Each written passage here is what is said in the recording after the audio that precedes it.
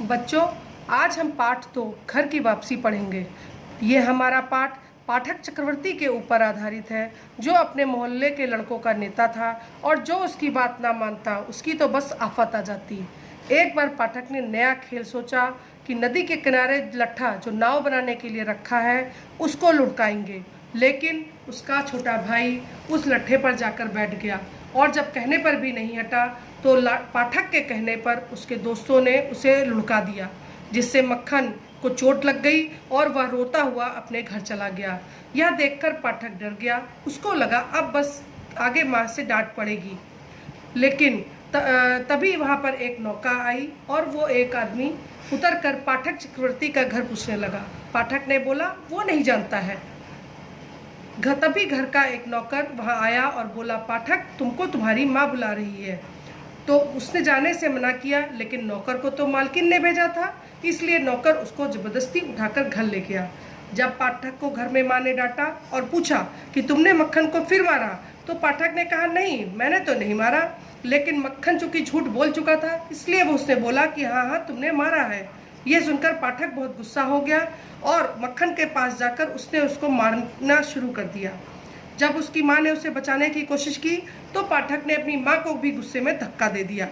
तभी एक अधेड़ उम्र का आदमी दरवाजे पर आया और पूछने लगा क्या किस्सा है। जब पाठक की माँ ने पीछे मुड़कर देखा तो वो अचंभित रह गई, क्योंकि उसका भाई कितने सालों के बाद उससे मिलने आया था। ऐसे ही कुछ दिन बीते।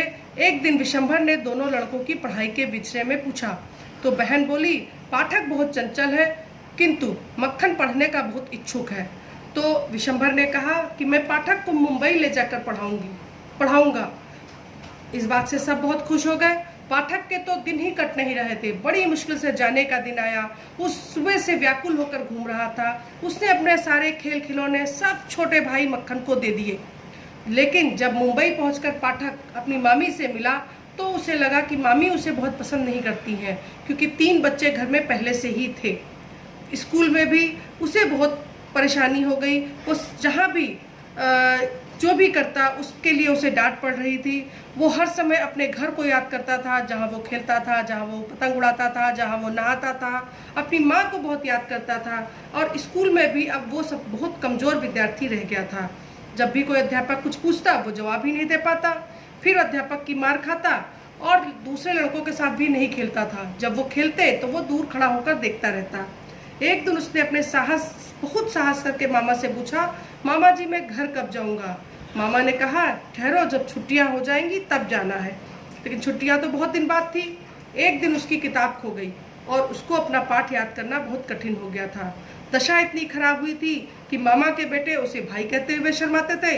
फिर पाठक की अपनी मामी के पास गया और कहने लगा मैं स्कूल नहीं जाऊंगा, मेरी पुस्तक खो गई है।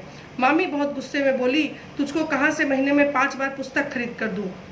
उस समय पाठक के सिर में बहुत दर्द हो रहा था। उसने सोचा अगर वो बीमार हो जाएगा तो घर वालों के लिए एक और विपत्ति बन जाएगा। दूसरे दिन पाठक कहीं दिखाई न दिया।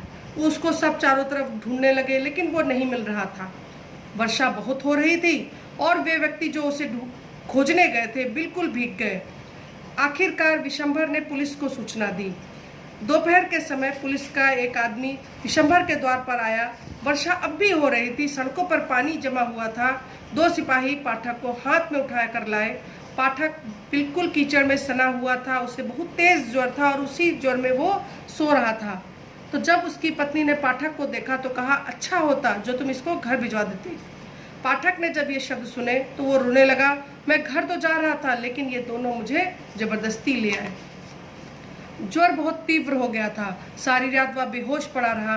विशंभर ने उसके आंसू पोंछे और उसका हाथ अपने हाथ में लेकर सिरहाने बैठ गया। तीव्र ज्वर में पाठक बड़बड़ाता रहा, अपनी माँ को याद करता रहा। दूसरे दिन जब पाठक को कुछ होश आया तब उसने चारों तरफ देखा और अपना सिर तकिए पर डाल लिया। विशंभर समझ गया कि वो अपनी माँ को देख रहा था। वो अपना मुख उसके पास लाया और बोला, पाठक मैंने तुम्हारी माँ को बुलाया है। कुछ घंटों बाद उसकी माँ भी रोती हुई कमरे में आ गई। विशंभर ने उसको मौन रहने के लिए कहा, किंतु वह ना मानी और पाठक की चारपाई के पास जाकर कहने लगी, पाठक मेरे प्यारे बेटे पाठक। पाठक कुछ समय के लिए सांस जैसे रुक गई थी उसकी, और उसने एक सिसकी ली और उसकी माँ फिर चिल्लाई, पाठक मेरी आँख के तारे। पाठक ने बहुत धीरे से अपना सिर दूसरी ओर कर लिया और बिना किसी की ओर देखते हुए कहा, माँ क्या छुट्टियाँ आ गई हैं? इसमें एक बच्चे की मनोस्थिति के बारे में वर्णन किया जा रहा है कि कैसे एक बच्चा जब अपने परिवेश से निकलकर बाहर जाता है और उसे प्यार भरा माहौल ना मिले तो कैसे वो तकलीफ में पड़ जाता है। अब हम इसके कुछ प्रश्न उत्तर देखेंगे। प्रश्न नंबर 2 के प्रश्न उत्तर हमें करने हैं और इन्हें हम अपनी कॉपी में लिखेंगे।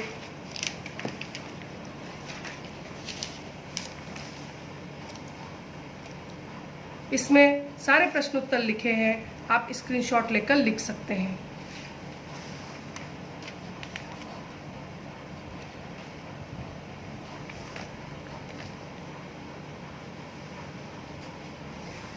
इस पाठ के सभी शब्द अर्थ भी आपको पढ़ने हैं। आप ये पेज नंबर 13 पर शब्द संपदा नंबर 1 विलोम शब्दों का मिलान कीजिए और नंबर 2 निम्न शब्दों के 3-3 पर्यायवाची शब्द लिखिए। ये आपको लिखने हैं और आशा है कि आप इसको सही तरीके से कर पाएंगे।